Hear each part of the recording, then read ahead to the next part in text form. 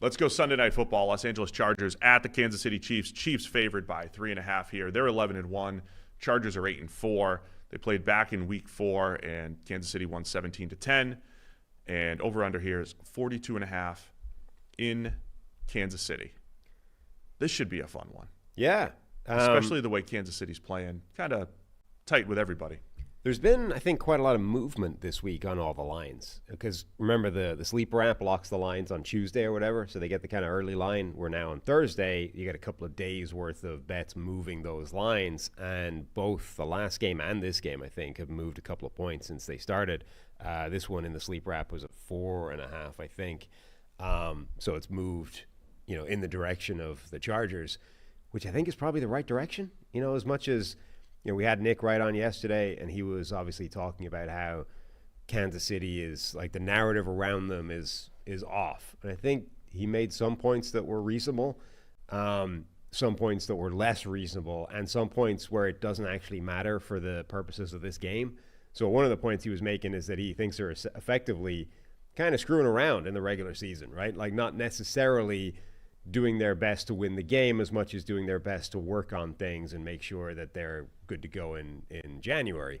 Well, that doesn't necessarily help them win these games. So if it's a reason why they're struggling, it's a reason why they'll be better in a month, not why they'll be better now. One specific reason I want to highlight, though, where Kansas City has struggled and why the offense, over the last 2 years, it's been a good, not great offense.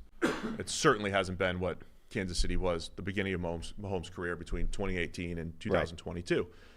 The left tackle situation. Yeah. And so it does look like they signed DJ Humphreys a couple weeks ago. It does sound like he's in line to start. 10-year player from the Arizona Cardinals. And, first time he's ever played with the Chiefs. But this is what happened last year as well. And it's funny because the offense was night and day last year. I mentioned this on the other show when they had rookie Wanya Morris in last year, and that was the Christmas game where they couldn't move the ball against the Raiders, and they're turning it over. I mean, their worst games have coincided with awful left tackle play. Yeah. And we talk a lot about creep back to an average. It's not about one position, but it does seem like the Chiefs' offense is a little fragile to the one position, because there are certain plays over the last 3 or 4 weeks. If you've watched the Chiefs closely, there are some plays where the left tackle is getting beaten, and that's Wanya Morris, and it's been Kingsley Suamataia. The left tackle gets beaten in like 1.5 seconds, and there's no shot. Yeah. And the fact that Mahomes' sack rate is up, I think there's a combination of Mahomes isn't really as shifty as he was, just a little bit, maybe losing a half a step. He still had some great plays. So he's not, the sack avoidance hasn't been as good. And then there's like 1 or 2 plays a game where he just has no shot. Nick Benito's getting in there, whoever it is.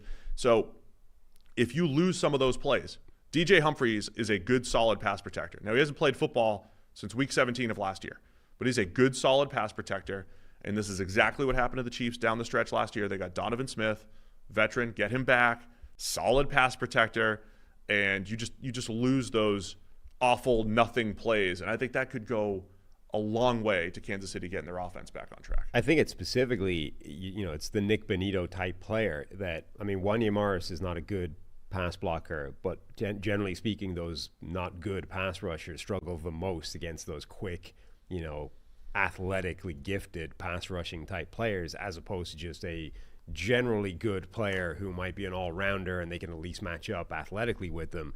Like Nick Benito absolutely wrecks Wanya Morris.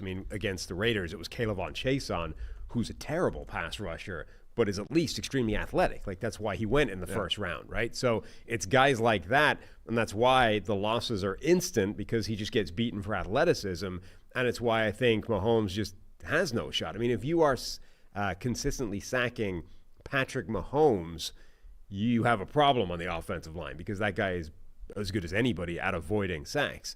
So I think that's huge.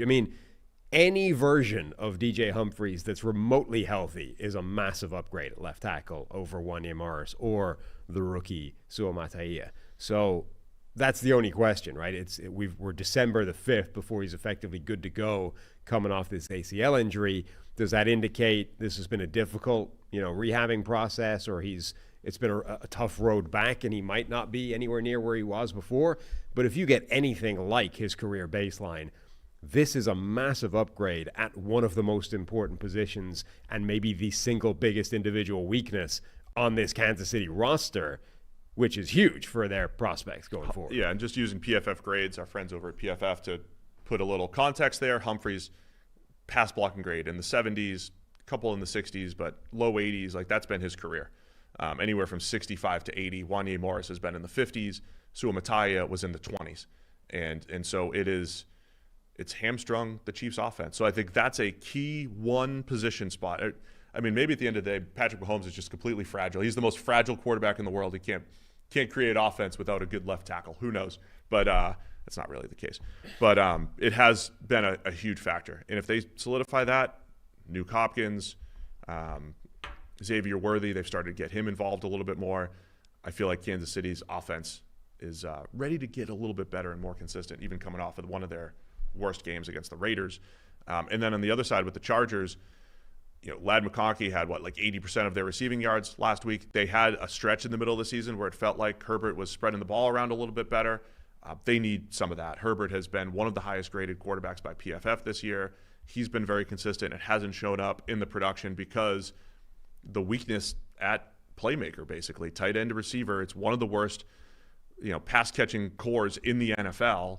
And I personally, I'm starting to feel that these last couple of weeks when they fall behind the Ravens a couple weeks ago, and they need to win through the air.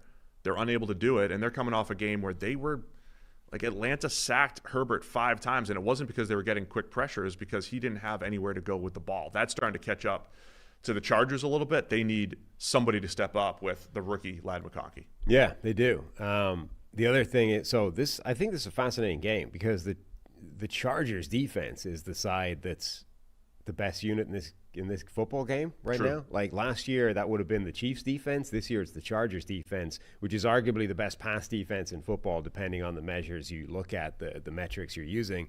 But it's phenomenal. Kansas City's pass offense has not been as good as it's been previously. How much is that going to be improved if DJ Humphreys is a big upgrade at left tackle? Does it matter? Is it enough to offset the disadvantage going up against the Chargers' pass defense? And then, you have this dynamic that I've been talking about, that the Chiefs' defense is not as good as it's been in previous years. I do think that the Chargers' offense can have some success and actually move the ball against them. Yeah, they have not made as many key stops these last few weeks. I know you pulled out the EPA numbers a few weeks ago, but I feel like early in the year, I mean, even they were top 4 in points per game allowed. These last few weeks, a little creakier. Right. Against Denver, against Carolina, against the Raiders, Bills, the last 4 games essentially. Some of the injuries in the secondary catching up, I think, to Kansas City. So big loss for the Chargers. J.K. Dobbins went on IR. Their running back, who'd been doing a really good job this year. Coming off those multiple injuries, gets another one that not a long-term devastating one the way the previous ones are, but it's enough to land him on IR and be out for a bit. So now you take away the guy that's capable of the explosive runs and the big plays, and he's got 10 breakaway runs of 15 or more yards this season. Now you're down to Gus Edwards, who's a very different style of running back, and even if he can pound the football, he's not a breakaway runner. And then the rookie, Kimani Vidal, is that how we're saying that now? Sure. So Vidal and Edwards, I think, is a significant drop-off based off current evidence versus what they'd had in J.K. Dobbins. All right, man. One last thing. Narrative game. What's the narrative? You're bringing in Jim Harbaugh to compete in the AFC West with defending champs, and Chargers haven't had a whole lot of success against the Chiefs. Didn't have a lot of success in the Brandon Staley era against the Chiefs. Harbaugh, I think, has done a good job turning the Chargers around. I think they still have more work to do. They're turning over the roster just in 1 year, kind of getting Harbaugh's guys in there. But I do think this does go a long way for the Chargers if they could pull this off. I said this back when Burrow was playing when he went up against the Ravens and the Steelers. They need a game that can prove that they can compete. This doesn't do a ton for winning the division this year or anything, but does this go a long way to say, hey, we can compete in the AFC West in the coming years, to go on the road, Arrowhead, night game, something to keep an eye on. I think the Harbaugh narrative against the Chiefs here. In the last time they played, remember, the Chargers had Herbert with 4 injuries, no offensive tackles, no Derwin James. They were completely banged up, lose 17-10. Yeah, absolutely. I think so. You're right. Like the first game, I don't think is necessarily a fair reflection of what the Chargers offense can do. This might be a better reflection at this point. And they're kind of battling the narrative because they already lost the first game because Kansas City is 11-1, all these things. So yeah, it's a big statement if the Chargers are able to knock them off. All right, let's make some picks. Chiefs by 3.5. Where did you say the line started? It's 4.5 in the sleep wrap. I feel like it was even further than that at one point. But anyway, it was moving toward the Chargers. At least a point in the Chargers' direction. 3.5. Where are you going? Going with the Chargers to cover that line. I will also take the Chargers. I think Chiefs have been playing close games. I was joking that they're calibrated to win by 3. Yeah, to every team, if good they are, or bad. If they are, they will. So I'll go with that assumption. And Harry again disagreeing with us. He's going with the Chiefs here. Oh wow, kids trying to make some moves. Thanks for watching all the way to the end of our video. For more great content, click here to subscribe and here to watch another video. We'll see you again soon.